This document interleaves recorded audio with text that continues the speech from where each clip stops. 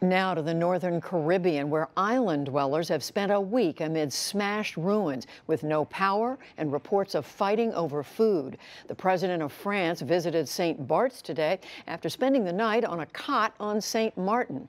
British Foreign Secretary Boris Johnson was on Anguilla, and so was Alex Thompson of Independent Television News.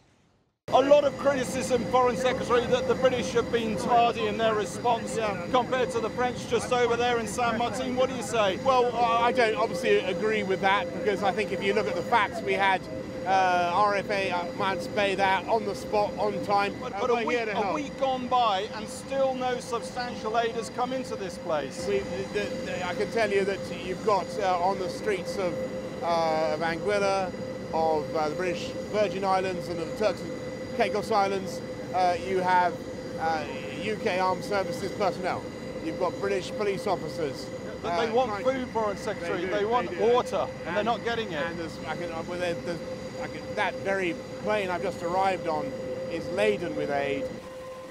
Except that very plane was not laden with food or water aid. We checked. It was laden with British military personnel, their necessary rations and water. Aid, of course, in the wide sense, but not the specifics we put to the Foreign Secretary. Anguillans say they need fuel, water, electricity, food. Your name again? And it's true, the Red Cross has been distributing food parcels for some days. The Anguillan Red Cross has been handing out food to islanders here since the day after the hurricane, and that's impressive.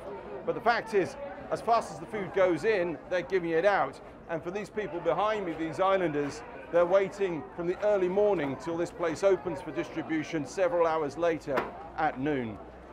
The Anguilla Red Cross, we lost our roof for the offices, we lost the roof for for relief supplies, government relief supplies. The building was torn apart. So in terms of regrouping and getting things together and getting things organized, it was a huge effort. You get one ration a day, and everyone we spoke to said it's not nearly enough. I came back and this is what they give me for a family of 5.